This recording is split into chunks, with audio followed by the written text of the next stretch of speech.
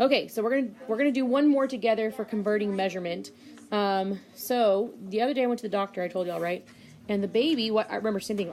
You write what I write, was 5 pounds and 6 ounces. It can be on the same page. It doesn't matter. So write it down. So remember, if you don't remember what a pound is like,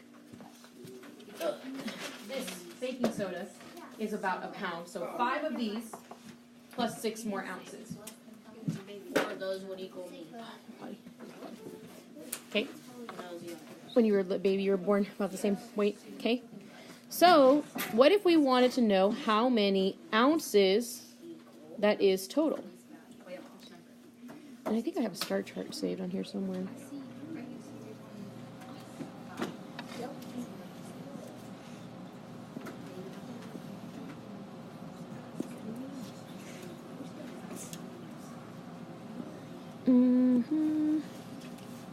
There it is.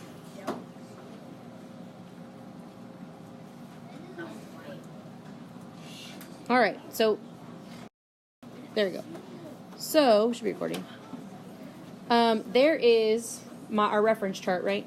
Now, what do we know on our reference chart about pounds and ounces?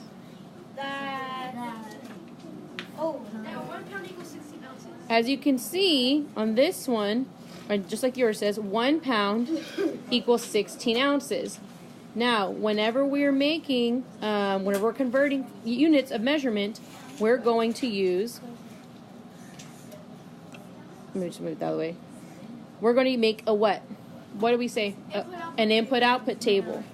So over here, I'm going to make this an input-output table. And we're going to have pounds and ounces.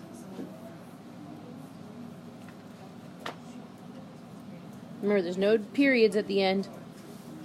Okay, even though it's an abbreviation, but the correct way scientifically is without periods.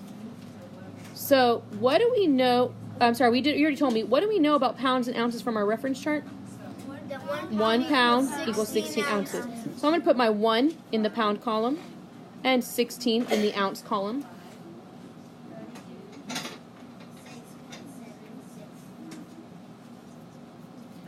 What do we notice is the relationship?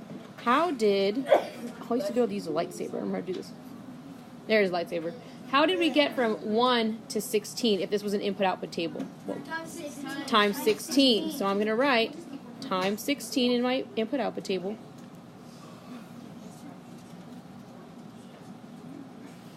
Bless you.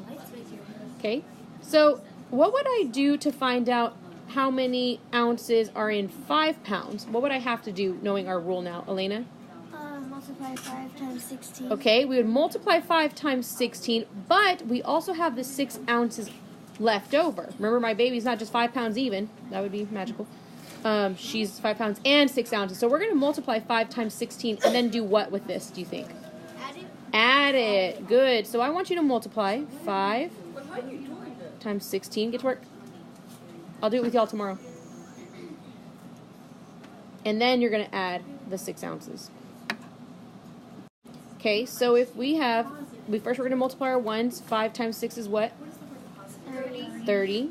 Put our plus 3 in the tens place. 5 times 1 is? 5. Plus 3 more? 8. So what is 5 pounds equivalent to? How many ounces? 80 what? 80 ounces. But she's 5 pounds and 6 ounces, so it's 80 plus 6. 86. Get to work, guys, on Dreambox. So my baby on Friday, probably not anymore, weighed what? 86 ounces. Now, I also want to show you, I told you earlier from bigger, show me, bigger to smaller, you multiply. But we're going to do the opposite now. We're going to go from smaller to bigger, so what are we going to do? Divide. And we're talking about units of measurement. So for example, I don't know, hold on, let me think real quickly. If we have, oh, here we go. 64 ounces of, let me think, what do I have up here? Milk, right? And we want to know how many cups that is we're going to do the same thing, but we're going to do the opposite. I'm sorry, it's not ounces, it's fluid ounces. I apologize. That is incorrect.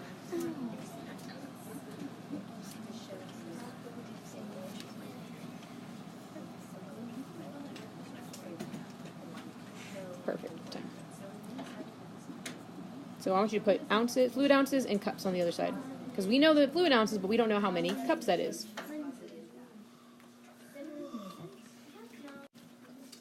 All right, so let's look back at our reference chart. And what do we know? What are we looking for on our reference chart? Fluid ounces and what?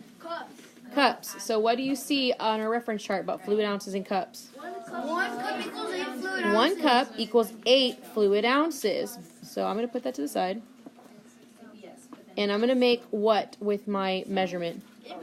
An input-output table. Just kidding, if I can draw. There we go. There he goes. Here's my fluid ounces on this side. And my cups on this side. Now, what's bigger? Which one's smaller? A fluid ounce or a cup? Fluid ounces. The ounces make up the cup. So show me. Oh, wait, you're done writing. I'm sorry. It's far outside. So show me a fluid ounce. Pretend, right? Little baby fluid ounce. Or actually, it'd be like this. Probably more like a drop. And then show me a cup. So we're getting smaller to bigger. So what are we going to do? Divide. Okay. Now, in our star chart, we knew that 8 fluid ounces, I guess I need to put that, is equals 1 cup, right? So what's the rule? How did we get from 8 to 1? No, we did not. We divide. Remember, smaller to bigger, we divide. And the number's getting smaller, so we're dividing. So what are we going to do with 64 to find out how many cups that is? Divided by 8. Divide it by 8. Same thing we do to the input-output table. That's the rule. So you should know your basic facts. I'm not going to tell you what it is. You can fill in the chart if you remember. If not, we'll talk about it in a second. Not 64 times 8. Or what's our rule? Our rule is divide, and we're going from a smaller unit of measurement to a bigger unit of measurement, so we're going to divide. Take that pencil out of your mouth. Thanks, sir. So you can think, what is 64 divided by 8, or what times 8 equals 64? It's a basic fact. Click and remember, it doesn't have to be a long division problem. Thumbs up if you know the answer. One person, because he knows the basic facts. Good job. Sorry. So what? 64 divided by 8 is what? 8. 8, because 8 times 8 equals 64. Sorry, sir. There's no room here. So do you understand what we're doing now? When we're converting units of measurement, we make a what? Input-output table. And we have to use what handy tool every single time? What's this? Our reference chart, our star chart. Good. All right. I'm going to send this to your parents so they can see it too.